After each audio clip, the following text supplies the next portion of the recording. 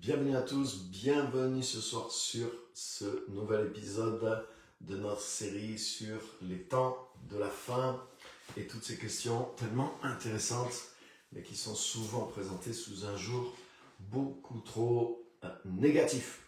Donc voilà, bienvenue sur cette série qui s'appelle Pourquoi je prêche pas sur la catastrophe imminente de la fin des temps.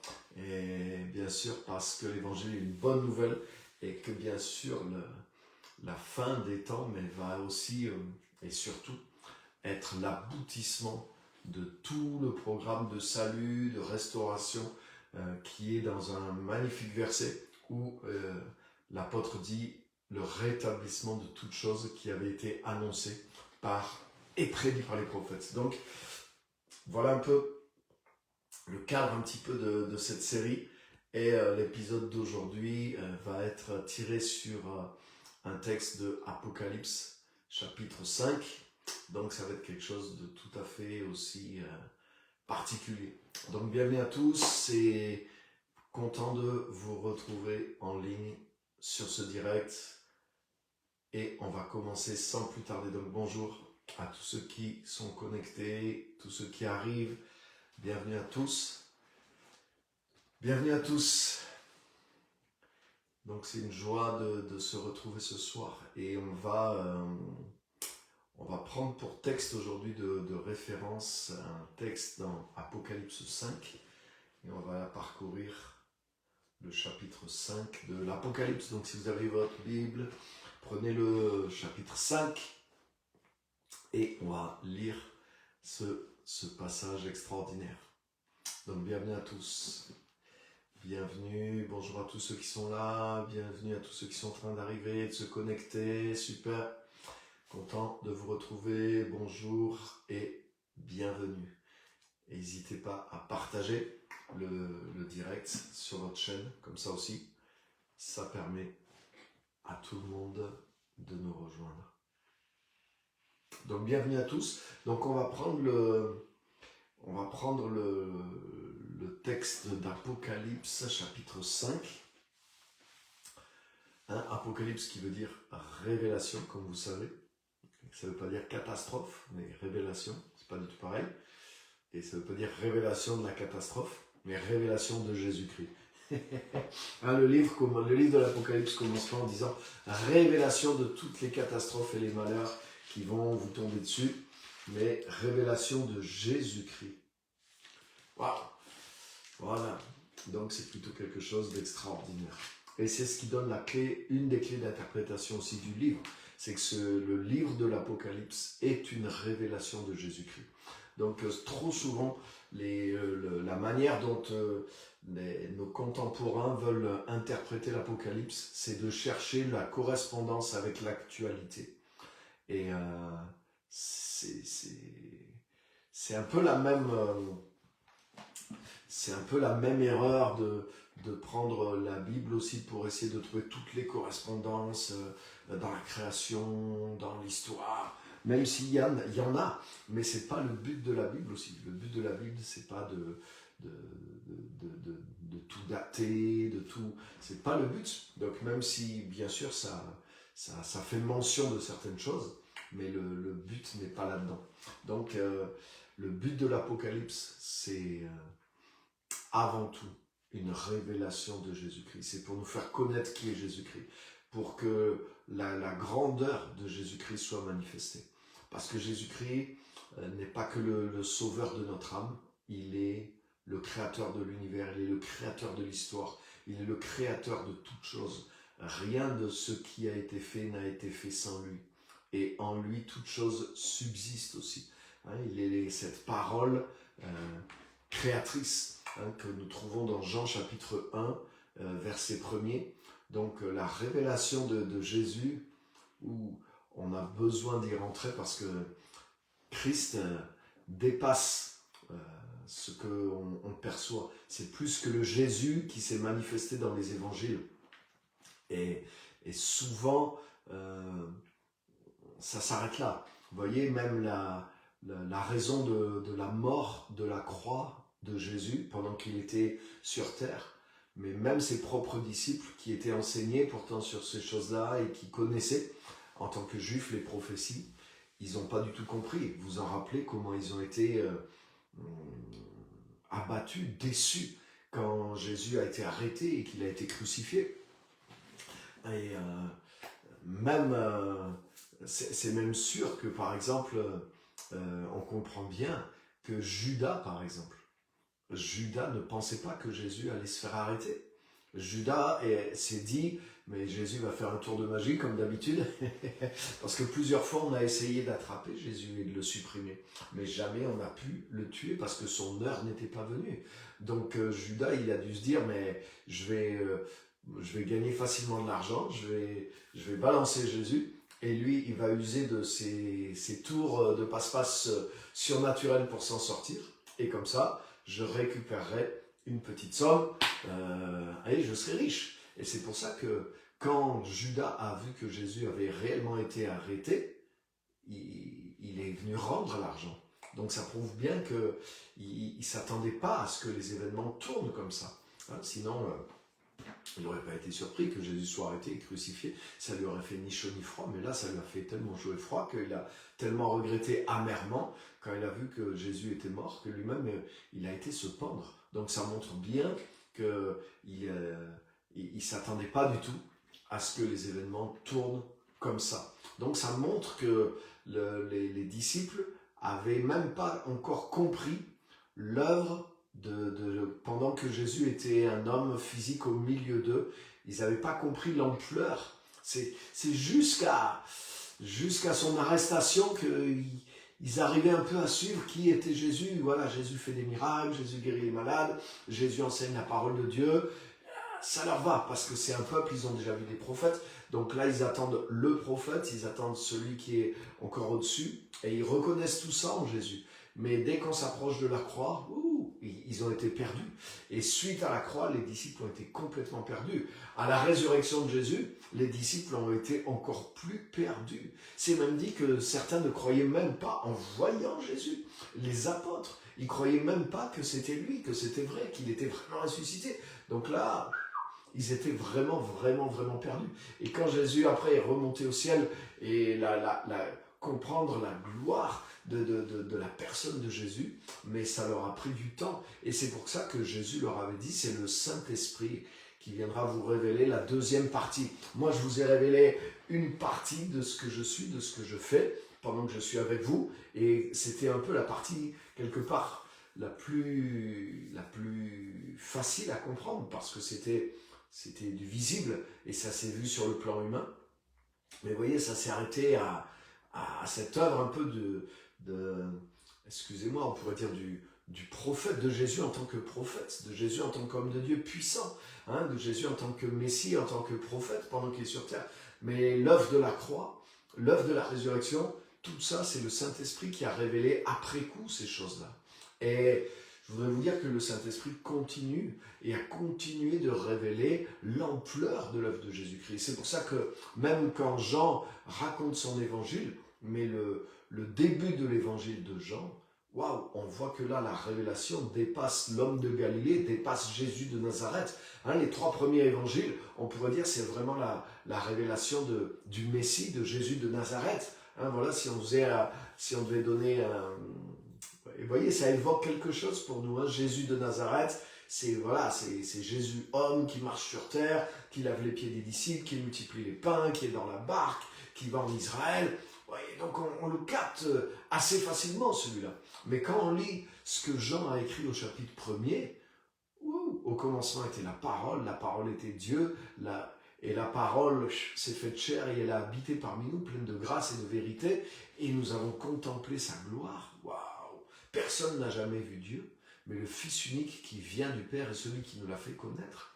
Et vous voyez, cette dimension éternelle, cette dimension mystique du Fils de Dieu, elle est tout au long de l'évangile de Jean. Même le discours de Jésus dans l'évangile de Jean, il révèle beaucoup plus cette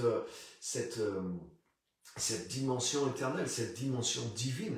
Quand Jésus dit « avant qu'Abraham soit, je suis », hein, en utilisant « je suis », qui est le nom de Dieu. Quand Quand Dieu se révèle à Moïse dans l'Exode, je suis celui qui suis. Mais Jésus reprend le même mot avant qu'Abraham soit, je suis. Hein, je suis la lumière du monde, etc. Donc dans l'évangile de Jean, la révélation de Jésus va beaucoup au-delà de Jésus de Nazareth qui fait des miracles et qui enseigne le peuple. On est d'accord? Donc on voit déjà que la révélation de Jésus-Christ est en train d'augmenter dans l'évangile de Jean. Mais quand on rentre dans les épîtres, en particulier les épîtres de Paul, wouh, là on rentre vraiment dans une révélation encore de Jésus-Christ qui est beaucoup plus vaste encore. Hein, Colossiens chapitre 1er, mais nous révèle aussi, comme dans Jean 1, que Jésus est le créateur de toutes choses, qu'il est celui qui a créé toutes choses, que toutes choses subsistent en lui. Dans l'épître aux Hébreux, la révélation de Jésus-Christ va tellement loin encore. Et c'est lourd de sens. Et c'est pour ça le salut que Paul a révélé dans les épîtres, mais on ne le trouvait pas dans les évangiles. La dimension du Christ telle qu'elle est révélée par les épîtres, par l'évangile de Jean, mais on ne la trouvait pas dans les évangiles, même dans la bouche de Jésus lui-même, où à peine elle est suggérée, mais elle n'est pas développée. Pourquoi? Parce que comme Jésus l'a dit à ses propres disciples, j'ai beaucoup de choses à vous dire, mais vous ne pouvez pas encore les porter. Mais quand le Saint-Esprit viendra, il vous conduira dans toute la vérité et il vous révélera toutes ces choses. Et c'est ce qui s'est passé. C'est le Saint-Esprit qui a révélé, en particulier à Paul, toute cette dimension de Christ, toute la dimension cosmique de Jésus, toute la dimension céleste de Christ et toute la dimension aussi riche et profonde du salut, de la mort, de la résurrection, de l'ascension de Christ et de notre union avec lui dans toutes ces choses. Mais tout ça, le Saint-Esprit l'a révélé à l'apôtre Paul. Et c'est pour ça que quand on lit Apocalypse, qui est le dernier livre de la Bible et du Nouveau Testament, et qui veut dire révélation de Jésus-Christ, mais c'est ça qu'on doit comprendre. On doit comprendre que ce texte n'est pas là d'abord pour nous révéler à quand telle ou telle chose va arriver sur Terre. Est-ce que c'est Poutine, l'Antichrist, hein? C'est pas le but de l'Apocalypse.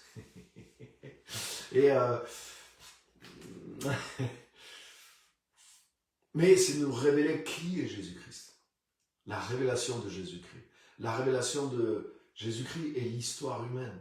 L'histoire humaine qui a été accomplie dans un homme et au travers d'un homme, la nouvelle histoire aussi de l'humanité, le dénouement final de l'humanité, tout ça, c'est la révélation de Jésus-Christ. Jésus-Christ,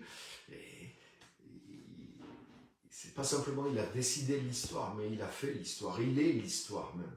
Donc il y a quelque chose de tellement grand à comprendre aussi dans ce livre et qui est à prendre dans le sens de cette révélation qui a grandi au fur et à mesure après l'ascension de Jésus-Christ que Paul a révélé, etc. etc.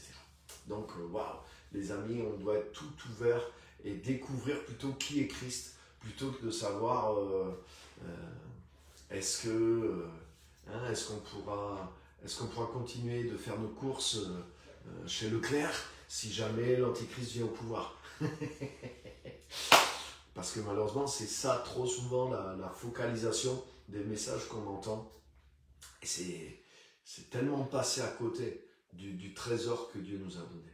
Donc bien sûr, ça parle aussi d'opposition, des gouvernements, d'antichrist, de ce qui combat contre Dieu, contre l'humanité. Mais toutes ces choses-là, elles se sont répétées dans l'histoire. Et bon nombre de générations de chrétiens depuis 2000 ans, mais ils ont été secourus grâce à ces choses parce qu'ils ont vu ces choses se produire dans leur époque aussi et se reproduire dans d'autres époques. Donc il y a quelque chose qui est plus que nous révéler des détails temporels. Il y a un message qui est là pour les chrétiens, pour l'Église, qui traverse les temps et qui parle des forces qui sont en présence, mais qui parle surtout de l'accomplissement total et parfait de l'œuvre de Jésus-Christ. Alléluia. Donc aujourd'hui, on va aller dans l'Apocalypse chapitre 5 et je voudrais vous montrer quelque chose de merveilleux justement sur la fin des temps, sur le rétablissement de toutes choses. Et on va lire tout le chapitre qui n'est pas long, c'est 14 versets. Je vais vous lire, vous pouvez prendre avec moi aussi, donc bienvenue à tous ceux qui sont là. et on va lire ensemble Apocalypse chapitre 5. Il est dit ceci. Alors je vis dans la main droite de celui qui était assis sur le trône un livre écrit au dedans et au dos, scellé de 7 sceaux. Je vis aussi un ange puissant qui proclamait d'une voix forte, « Qui est digne d'ouvrir le livre et d'en rompre les sceaux ?» Mais personne, ni dans le ciel, ni sur la terre, ni sous la terre, ne pouvait ouvrir le livre ni le regarder. Je pleurais beaucoup parce que personne n'avait été trouvé digne d'ouvrir le livre ni de le regarder. Mais l'un des anciens me dit, ne pleure pas, le lion de la tribu de Juda, le rejeton de David a été vainqueur. Il peut ouvrir le livre et ses 7 sceaux. Alors je vis au milieu du trône et des 4 êtres vivants, et au milieu des anciens, un agneau debout qui semblait immolé. Vous voyez, tout est symbolique dans l'Apocalypse. Comment un agneau debout peut être immolé. S'il est immolé, il est égorgé, il n'est pas debout. Donc, vous voyez, c'est un message qu'il y a derrière. Toutes ces images, toutes ces visions, elles sont là pour nous parler de Christ, mais elles ne sont pas dans une logique humaine, parce que vous voyez, au niveau de la logique, un agneau debout qui semble immolé, il avait 7 cornes et 7 yeux. Vous voyez, ça aussi, vous avez déjà vu un agneau avec 7 yeux. Déjà 3, ça ferait bizarre, mais 7 yeux et 7 cornes, est-ce que c'est un agneau, hein? On a le droit de se demander, est-ce que c'est vraiment la même race? Donc, c'est pas que ça serait monstrueux, et Jésus n'est pas monstrueux, mais c'est juste des images. Le 7, ça représente la perfection, les cornes, ça représente la puissance, les yeux, ça représente la connaissance de Dieu, etc., etc. Donc il explique en plus qu'il avait 7 cornes et 7 yeux, qui sont les 7 esprits de Dieu envoyés par toute la terre. Il va recevoir le livre de la main droite de celui qui était assis sur le trône.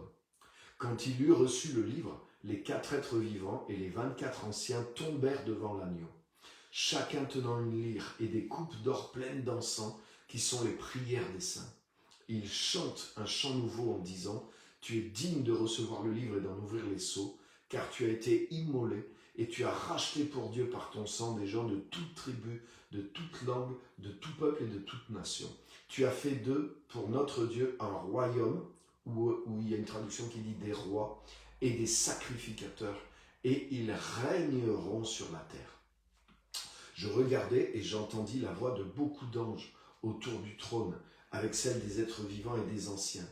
Leur nombre était des dizaines de milliers de fois 10 000, des milliers de milliers. Ils disaient d'une voix forte, « L'agneau qui a été immolé est digne de recevoir puissance, richesse, sagesse, force, honneur, gloire et bénédiction.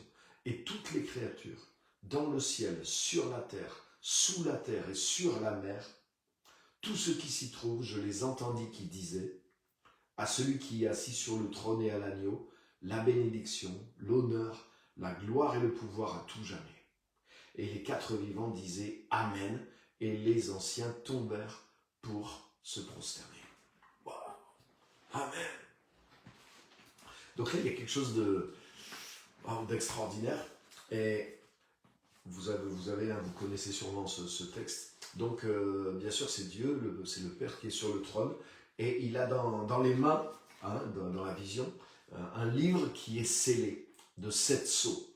Donc, et personne ne peut ouvrir ce livre.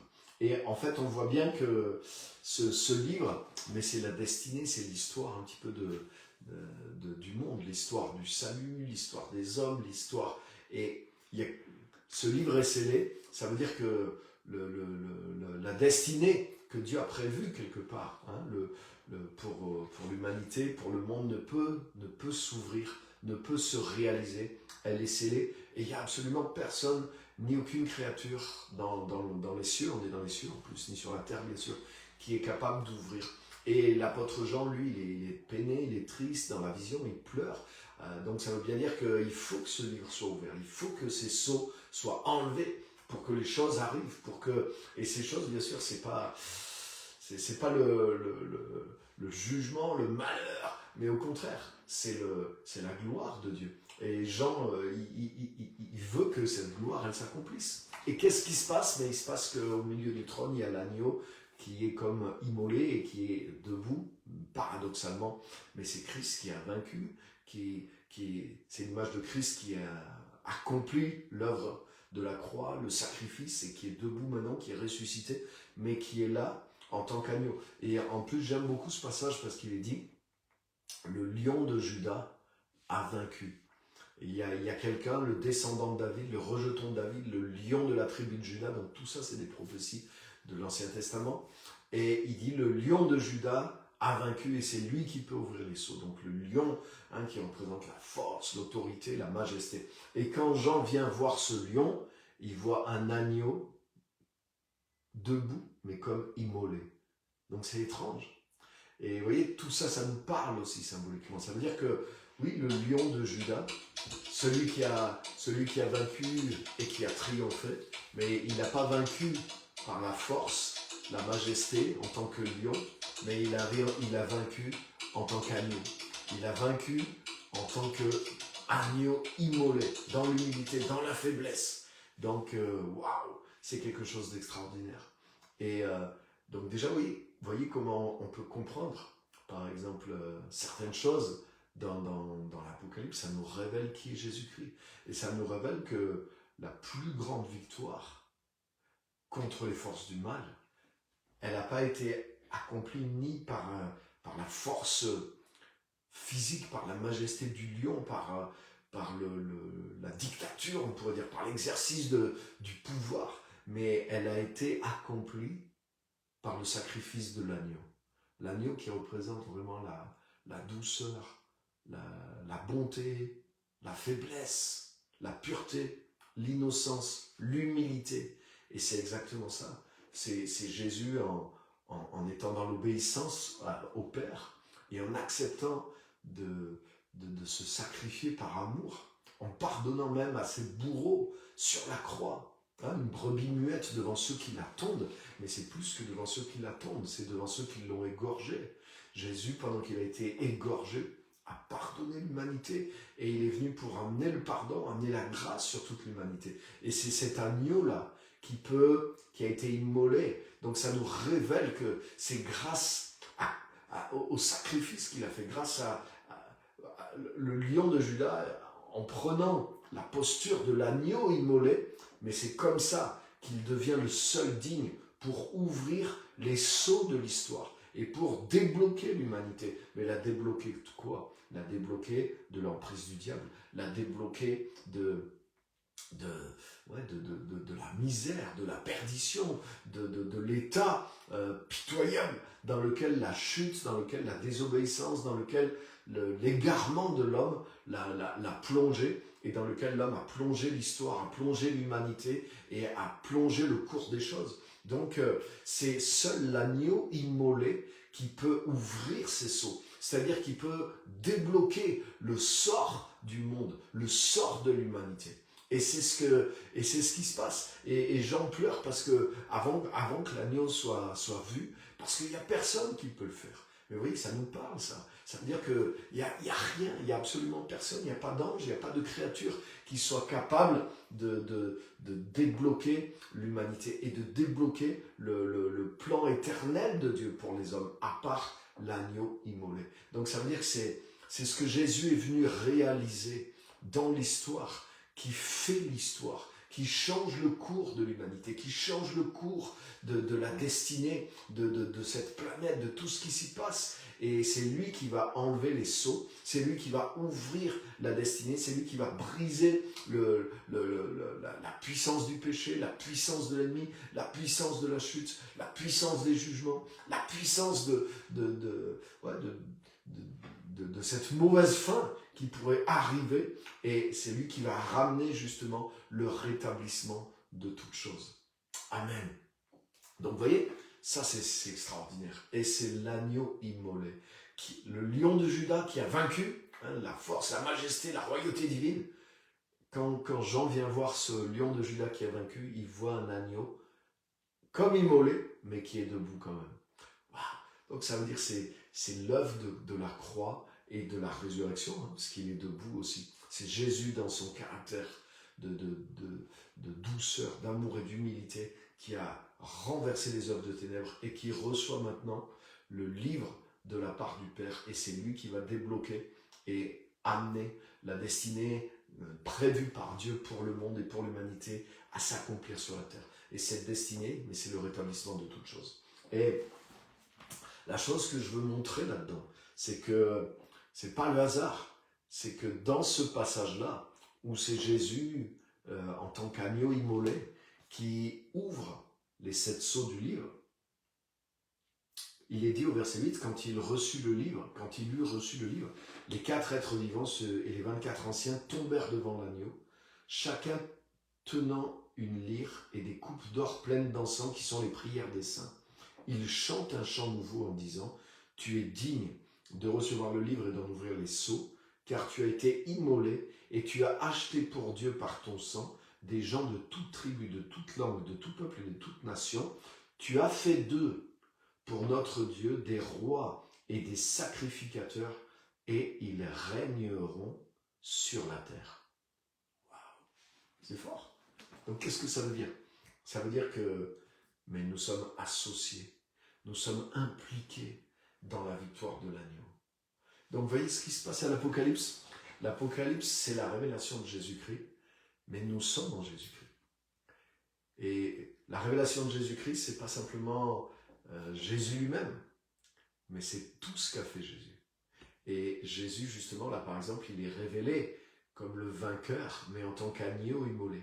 Et il a été immolé, c'est ce qui ressort dans tout ce passage, que par son sang, il a racheté des gens de toute langue, de toute tribu, de toute nation. Donc toute la race humaine a été rachetée par le sang de Jésus. Et qu'est-ce qu'il a fait de ces rachetés? Il en a fait des rois et des sacrificateurs, et vous avez vu, et ils régneront sur la terre. Waouh! Donc une des choses que manifeste la venue de Jésus est cette révélation de Christ qui ne fait qu'augmenter au fur et à mesure qu'on avance, non pas vers la fin des temps, mais on avance dans la fin des temps. Parce que les temps de la fin sont les temps du Fils. C'est ce qu'on a déjà partagé. C'est ce que révèle Apocalypse, l'Épître aux Hébreux au chapitre 1, les tout premiers versets. Dieu, dans les derniers temps, nous a parlé dans le Fils. Donc la parole des derniers temps, le message des derniers temps est marqué par la venue du Fils. Il est marqué par la venue du Fils et au travers de lui des fils et des filles de Dieu. Et là on retrouve la même idée dans Apocalypse 5. On retrouve la même idée. Au moment où Jésus vient comme agneau pour ouvrir les sceaux, tout ce qui est bloqué, mais il est dit que cet agneau immolé, il emmène avec lui. Il emmène avec lui, et il a emmené déjà avec lui dans sa victoire, des peuples de toute langue, de toute nation. Il a déjà fait d'eux des rois et des sacrificateurs, et ils vont régner avec lui sur la terre. Et c'est pas juste quelque chose qui va se passer quand Jésus va revenir, parce qu'ils sont déjà des rois et des sacrificateurs. Nous sommes maintenant des rois et des sacrificateurs. Et Jésus, c'est clair, même quand je parlais tout à l'heure, la révélation de Jésus qui a été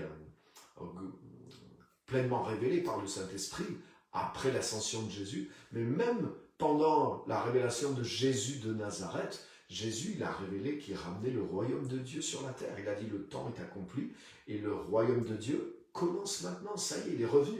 Et ceux qui rentrent dedans, Matthieu 11, 11, il dit le plus petit maintenant qui est dans le royaume, il sera même plus grand, il aura plus de privilèges, plus de pouvoir, plus d'influence, même que ceux des personnages de l'ancienne alliance. Donc les temps de la fin ont commencé, les temps du Fils ont commencé, mais les temps des fils et des filles ont commencé parce que nous sommes dans les temps du royaume. Et nous sommes déjà des rois et des sacrificateurs et nous régnons déjà sur la terre. Nous avons commencé de ramener le règne de Dieu sur la terre. Donc les temps de la fin, ce n'est pas les temps où les jugements de Dieu tombent sur nous et on doit chercher dans l'actualité, voilà, attention, on va se prendre un parpaing sur la tête, et puis toutes les spéculations aussi que les chrétiens modernes aiment beaucoup. Alors, est-ce que nous, on sera enlevés avant que tous les malheurs tombent sur la terre? Vous voyez, on pense encore à quoi? À sauver notre peau, bien entendu. Donc, au lieu, vous voyez, c'est cet évangile qui est centré sur l'homme. Non, le véritable évangile, il est christocentrique. Il n'est pas homocentrique. Il n'est pas centré sur moi, moi, moi. Et là aussi, les événements de la fin, centrés sur moi, moi, moi. Ah oui, c'est mon président le bon, ou mon président le méchant de la fin des temps. Il va se passer ça, et je risque de vivre ça. Donc, moi, pour survivre, je dois faire ça. Moi, pour être enlevé, je dois faire ça. Moi, pour ne pas être dans les mains de l'Antichrist, je dois faire ça. Donc, moi. C'est encore moi qui devient le centre même de l'Apocalypse aussi. Donc il faut arrêter, les amis. Hein. Et vous voyez, quand c'est la peur et que ça ramène les choses encore sur notre sécurité, est-ce qu'on est enlevé avant la tribulation, après la tribulation, mais toutes ces spéculations-là. Là, ce que je vois dans ce texte, c'est que le temps de la fin, et il est déjà commencé. Ce que je vois dans ce texte, c'est que l'agneau qui a été immolé, il débloque déjà les choses. Donc, ce n'est pas quelque chose qui est à venir, c'est quelque chose qui a commencé parce que l'agneau, ça fait 2000 ans qu'il a été immolé. Donc, l'histoire des 7 saules, ce n'est pas forcément que des événements à venir. C'est quelque chose qui commence à partir du moment où l'agneau a été immolé. Et waouh! En plus, même l'Apocalypse révèle que l'agneau a été immolé même dès avant la fondation du monde. Donc, vous voyez, c'est pas tellement de regarder, je pense, dans le temps même, ou de situer dans le temps les choses. Mais une chose qui est sûre, c'est que les temps de la fin ont commencé avec la venue de Jésus, ça c'est clair. Tous les prophètes qui parlent du temps de la fin parlent de la venue du Messie. Le Nouveau Testament le confirme aussi, je l'ai déjà développé ça dans les épisodes précédents, donc je ne vais pas revenir là-dessus.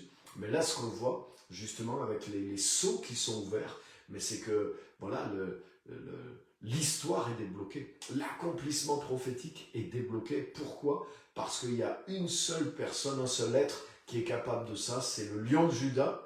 Mais ce n'est pas le lion de Juda sous sa manifestation de lion de Juda, tel que peut-être les Juifs attendaient leur Messie, mais ce lion de Juda qui arrive en tant qu'agneau immolé. Donc ça veut dire c'est par sa mort sacrificielle, par son sacrifice, par sa résurrection, son ascension, il est debout, que maintenant, waouh, le dessein de Dieu s'accomplit. Et dans ce dessein de Dieu qui s'accomplit, mais il s'accomplit aussi au travers des plus petits de Christ qui sont dans le royaume, qu'il a déjà installé en tant que roi. Il a déjà fait d'eux, par son sang, des rois et des sacrificateurs. Donc ce n'est pas quelque chose qui est à venir, c'est quelque chose qui a commencé depuis 2000 ans, depuis l'œuvre de la croix et depuis la résurrection et l'ascension de Christ. Mais il y a un nouveau peuple de rois et de sacrificateurs. Et c'est ce que nous dit aussi Pierre, 1 Pierre 2,9.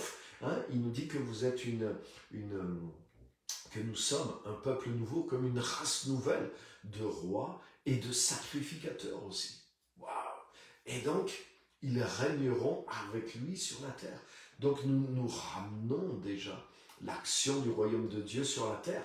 Nous contribuons au débloquement des sceaux, des choses qui étaient scellées, des choses qui ne pouvaient pas auparavant être ouvertes parce que Adam, parce que le péché, parce que tout ça a donné des droits à l'ennemi et du pouvoir à l'ennemi. Mais, alléluia!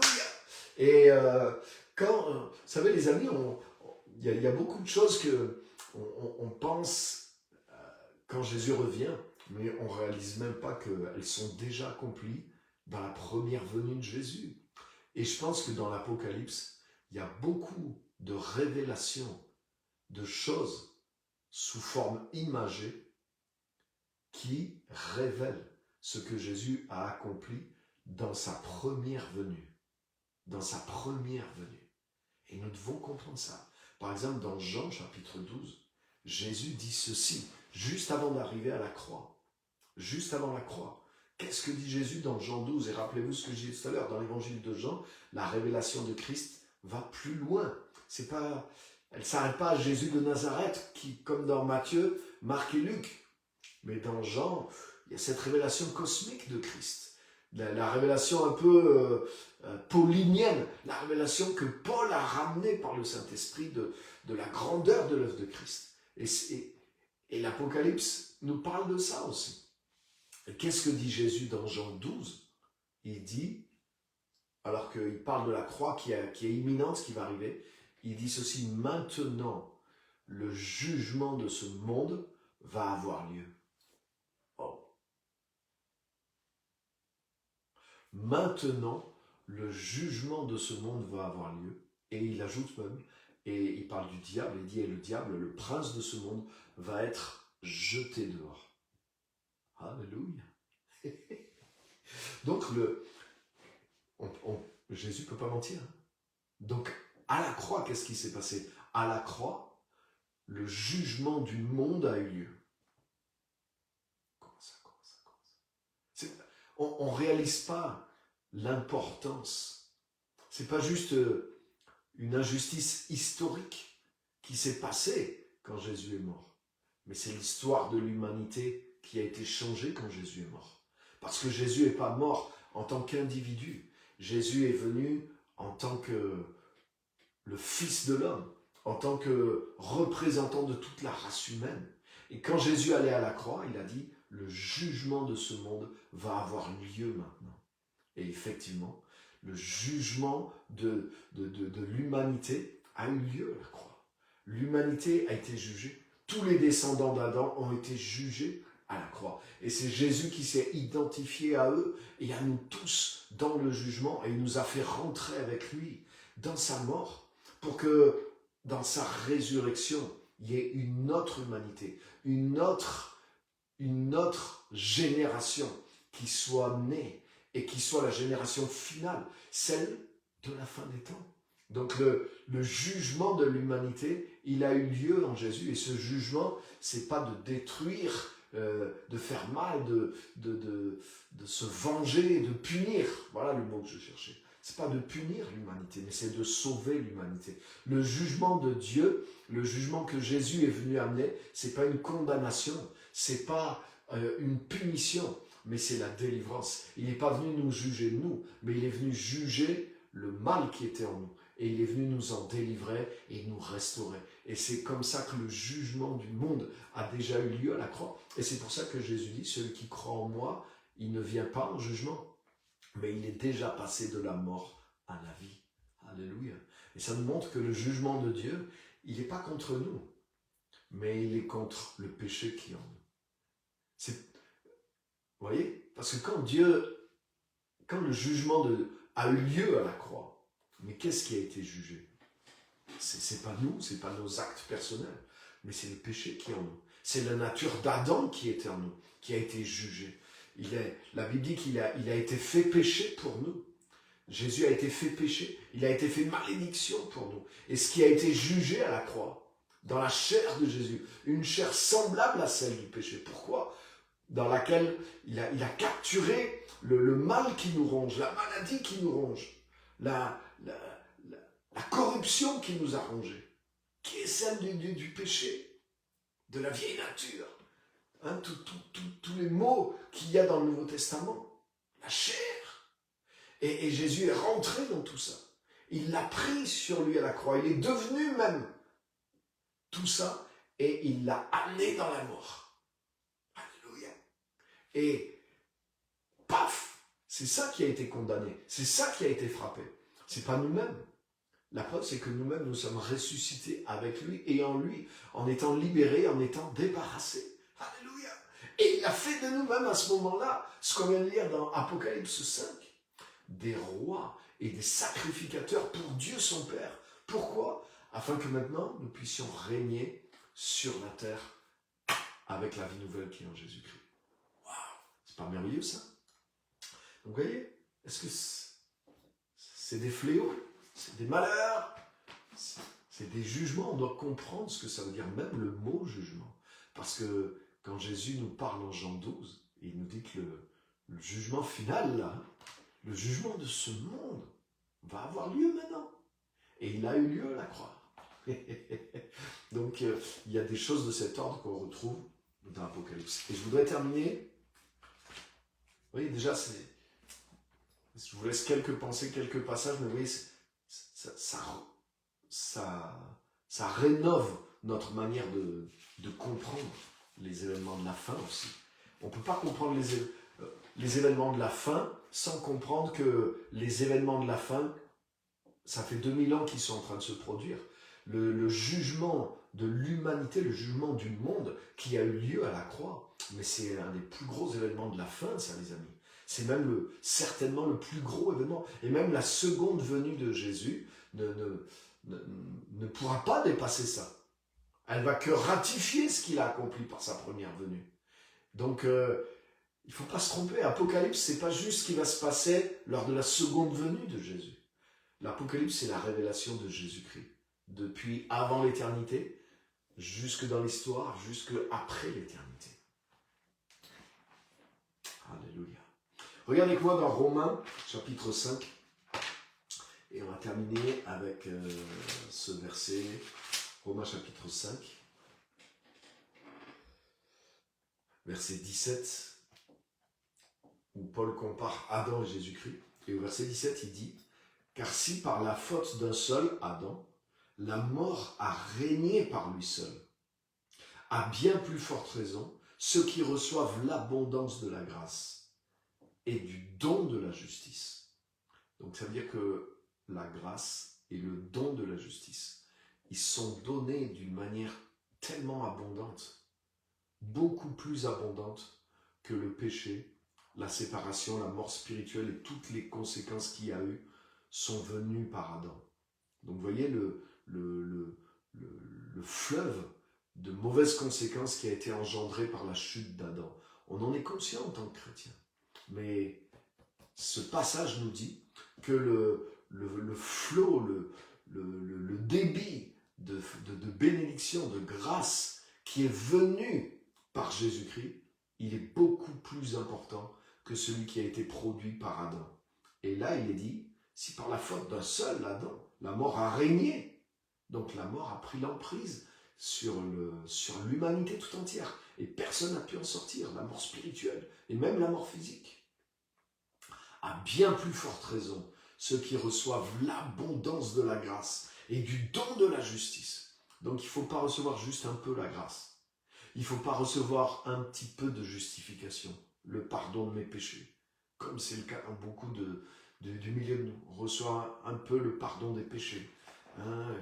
Et après, c'est à nous de travailler dur à notre propre sanctification.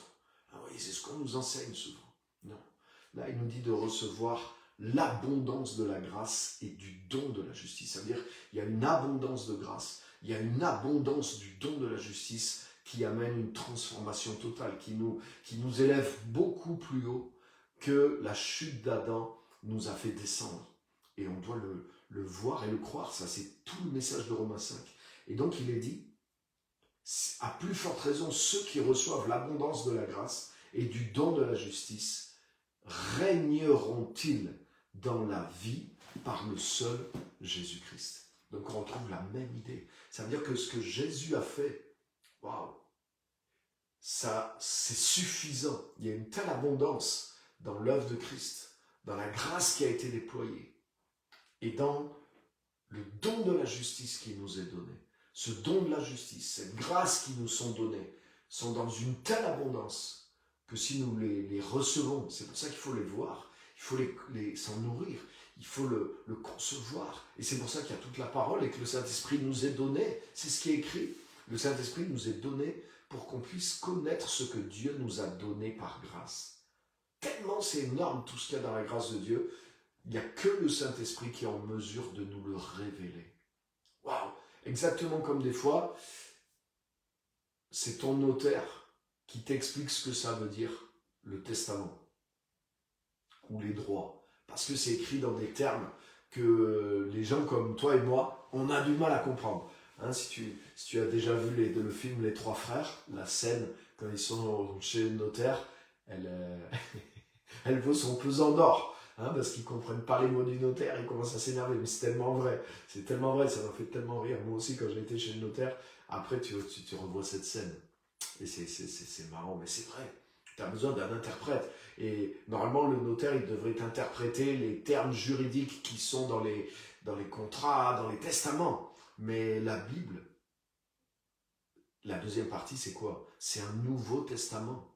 Et le Saint-Esprit est l'interprète de ce Nouveau Testament pour t'expliquer les droits, les clauses, les grâces, l'héritage qui est sur toi. Et le Saint-Esprit nous est donné pour que nous puissions comprendre la grâce qui nous a été accordée. C'est écrit dans la parole de Dieu.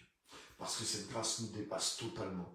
Et il est dit que, justement, ce qu'on vient de lire là, comme le Saint-Esprit va nous l'expliquer dans la parole, mais on va être en mesure de recevoir l'abondance de cette grâce et l'abondance du don de la justice, parce que l'abondance concerne les deux, l'abondance de la grâce et du don de la justice. Ça veut dire le don de la justice, il est tellement abondant qu'il nous transforme complètement, de la même façon que le péché que Adam a mis dans l'homme, il était fort, il avait une certaine force, et il a envahi tout, il a contaminé tous les êtres humains, et personne ne peut sortir de son emprise. Donc c'était fort. Et pourtant, c'était par la faute d'un homme. Donc imagine, par un plan conçu par Dieu et manifesté par le Fils de Dieu devenu un homme sur la terre, mais il y aura encore beaucoup plus de conséquences. Et c'est clair. Donc non seulement ça annule les conséquences du péché, mais ça déclenche quelque chose d'autre qui est de l'ordre du dessein de Dieu. Et c'est pour ça qu'on doit, par le Saint-Esprit, par la parole, réaliser l'abondance de la grâce, réaliser l'abondance du don de la justice. Et en recevant l'abondance de cette grâce et du don de la justice, nous commençons et nous régnons maintenant dans la vie, dans cette vie, par Jésus-Christ, lui seul. Alléluia. Comme dans Apocalypse 5, en étant devenu par le sang de l'agneau immolé, il a fait déjà pour nous des rois et des sacrificateurs pour que nous puissions régner sur la terre. C'est la même idée. Nous régnons dans cette vie, pas dans l'autre. Nous régnons sur la terre, pas une fois qu'on ira au ciel. Et ça commence pas avec la deuxième venue de Jésus. Ça commence avec la première venue de Jésus. Et c'est ce que Jésus dit dans Matthieu 11, 11.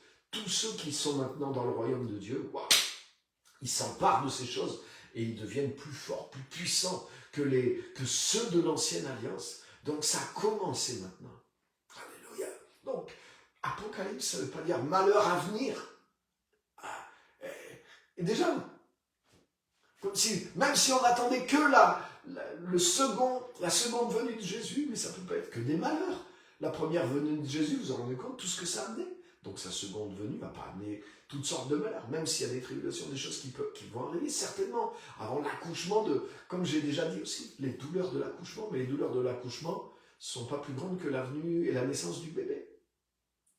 Jésus dit que quand le bébé est né, la femme oublie les douleurs de l'accouchement. C'est pour ça qu'elle recommence. Alléluia. Et c'est ce qui va se passer. Donc quand Jésus va revenir, mais ça va amener des choses extraordinaires. Mais les amis, beaucoup de ces choses que des chrétiens attendent du retour de Jésus ont déjà été amenées dans sa première venue. Et nous pouvons les recevoir et nous pouvons les vivre. Elles peuvent nous influencer et par nous commencer à influencer le monde. Et nous sommes associés à ce règne de Dieu. Nous sommes associés à ce rétablissement de toute chose qui ne commencera pas au retour de Jésus, mais qui a commencé à sa première venue, avec le début des temps de la fin, avec le début des temps du royaume. Et je termine avec ça dans Matthieu 11, vous relirez tout ça, c'est tellement important. Jésus dit ceci, il dit « La loi et les prophètes ont subsisté jusqu'à Jean-Baptiste. Et depuis Jean-Baptiste, le royaume de Dieu est annoncé, et maintenant ce sont ceux qui sont violents qui s'en emparent. » Autrement dit, Jésus est en train de dire, voilà, moi je vais vous dire où se situent les tranches de l'histoire. Et il ne dit pas, c'est quand je reviendrai qu'il y aura une nouvelle tranche de l'histoire. Il dit, la loi et les prophètes ont subsisté jusqu'à Jean-Baptiste.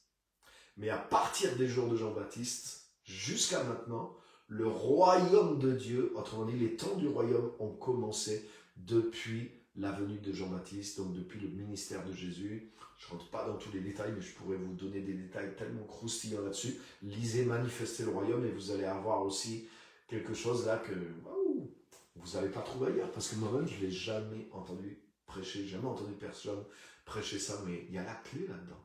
Pourquoi pendant les jours de Jean-Baptiste, le royaume de Dieu est venu? Mais lisez le livre et vous saurez pourquoi. Mais en tout cas, Jésus le dit clairement, les temps de la fin, les temps du royaume, les temps de l'accomplissement commencent à partir des jours de Jean-Baptiste, pas à partir du retour de Jésus, à partir du départ du ministère du Seigneur. Waouh! Donc les temps du royaume se sont ouverts, la loi et les prophètes ont subsisté. Vous vous rendez compte ce que Jésus dit? Il est en train de dire, l'Ancien Testament, terminé. La loi et les prophètes, c'est tout l'Ancien Testament. Il est en train de dire, tout ce temps-là, maintenant, vient de prendre fin, et voilà le temps de la fin. Voilà le temps que les prophètes ont annoncé, voilà le temps que tout le monde a attendu, ce temps-là a commencé. Et c'est ce que Jésus dit quand il commence à prêcher au jour de Jean-Baptiste. Marc 1, versets 14 à 15, le temps est accompli et le royaume de Dieu est à votre portée. Donc maintenant, croyez dans la bonne nouvelle, changez votre façon de penser pour croire dans la bonne nouvelle. Mais c'est exactement ça, les amis. Et c'est exactement ce qu'il nous faut aujourd'hui, parce qu'on est encore en train de ressasser la Bible comme si on n'était pas entrer dans la période où on peut vivre les choses et comme si elles devaient encore être à venir. Et en plus, nous, on se rajoute comme si les choses à venir vont être des choses en plus effrayantes et catastrophiques. Donc déjà, on passe à côté en croyant que c'est dans le futur et on passe une deuxième fois à côté en pensant que c'est que des tuiles qui vont nous tomber sur la tête. Donc les amis, effacez tout ça et attendez pas dans l'avenir, mais c'est maintenant dans le présent que les meilleures choses sont déjà. Nous sommes associés déjà. Nous sommes dans le royaume. Les temps du royaume ont commencé. Nous pouvons régner dans la vie par Jésus-Christ lui-même. Nous sommes rois et sacrificateurs pour régner sur la terre, pour amener, pas notre règne à nous, mais amener le règne de Dieu sur la terre et rétablir les choses, rétablir la justice, rétablir la droiture, ramener les gens à Christ, ramener la parole de Dieu. On est investi d'un pouvoir nouveau sur la terre et il faut commencer à le voir, à le croire, pour pouvoir le manifester dans nos vies, par nos appels, par nos vocations, par notre quotidien. Donc, voilà ce que c'est ce message. Et voilà pourquoi je ne prêche pas sur la catastrophe des temps de la fin. Je ne dis pas qu'il n'y aura pas des choses sûrement difficiles qui vont arriver dans le monde, mais il y en a déjà. Mais il ne faut pas enlever l'essentiel. Il ne faut pas enlever l'essentiel. Wow. Comme il ne faut pas... Oui, dans un accouchement, il y a des douleurs, mais c'est pas l'essentiel. C'est la naissance d'un bébé. Alléluia. Hein? On en a eu 5, j'ai assisté aux 5 naissances de mes enfants, mais je ne suis pas traumatisé par les souffrances de ma femme. Donc je sais qu'il y a des fois, c'est difficile, mais l'accouchement du monde nouveau, il va bien se passer, je vous le garantis, c'est écrit. Hein? Et il y a une nouvelle naissance, il y a le rétablissement de toutes choses. Donc que Dieu nous encourage, que Dieu nous bénisse, et impliquons-nous, mobilisons-nous et participons maintenant à ce règne, parce qu'il est en nous, pour pouvoir influencer et changer le cours des choses, débloquer les sceaux. Quand les sceaux sont débloqués, mais nous sommes associés aussi. Ça veut dire que ce pouvoir, il est en nous aussi, pour débloquer les choses pour les autres, débloquer les choses sur le cours des événements aussi. Nous sommes associés à ça aussi. Nous qui sommes associés à cet agneau immolé qui nous a rachetés, qui a fait de nous des rois et des sacrificateurs pour régner sur la terre. Que Dieu vous bénisse et à très bientôt. Partagez ce message parce qu'il va encourager beaucoup de gens. Merci à tous.